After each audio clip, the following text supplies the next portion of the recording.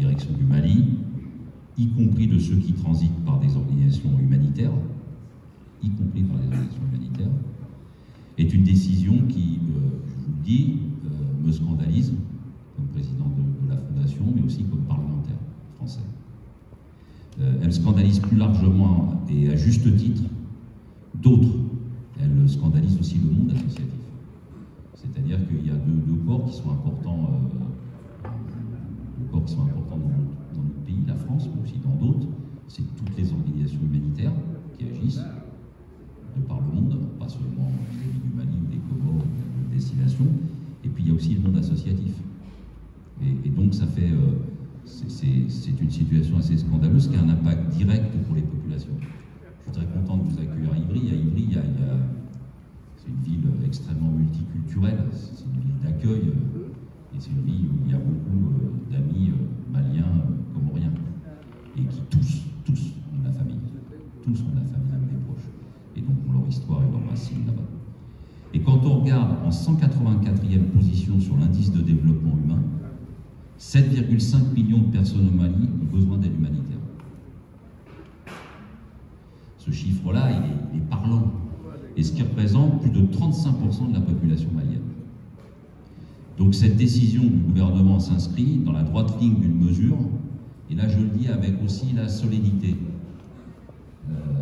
Je rappelle que cette mesure-là, elle avait été proposée par une femme politique, et cette femme politique, c'était Marine Le Pen, et c'était le 2 février 2022, après le renvoi de l'ambassadeur français du Mali.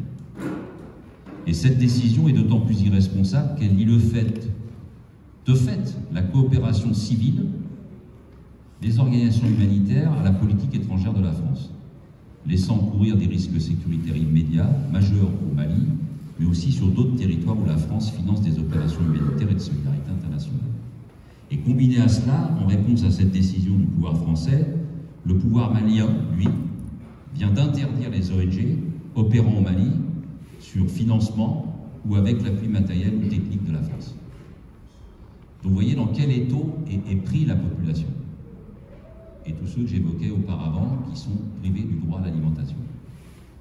Le peuple malien fait ainsi les frais des différends en matière de gestion sécuritaire entre les pouvoirs français et les nouveaux pouvoirs maliens. Cette situation est inadmissible. C'est pourquoi il est plus qu'urgent et nécessaire d'impulser la reprise du dialogue entre les autorités maliennes et les organisations non gouvernementales concernées pour relancer au plus vite les projets utiles au peuple malien. Et au-delà de la France et le Mali doivent se mettre autour d'une table, et maintenant, pour refonder une relation respectueuse et bénéfique à leurs deux peuples.